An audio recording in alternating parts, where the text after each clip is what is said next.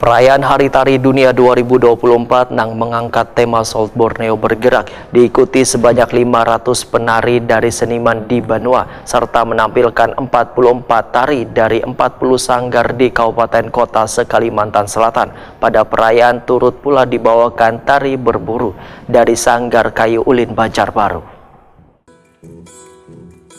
Perayaan Hari Tari Dunia 2024 yang mengangkat tema South Borneo bergerak diikuti sebanyak 500 penari dari seniman di Banua serta menampilkan 44 tari dari 40 sanggar di kabupaten kota se-Kalimantan Selatan.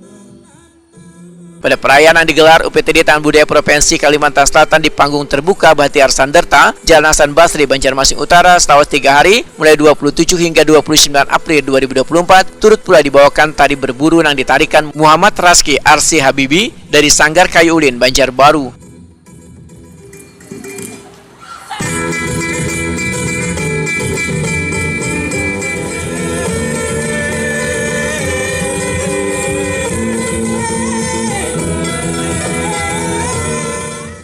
Muhammad Raski Arsi Habibi Wahetakuni memadahkan, dalam tarian tergambar pentingnya kita memiliki kemampuan untuk berburu, karena kehidupan dalam hutan bagi orang Dayak, berburu adalah sudah menjadi kebiasaan.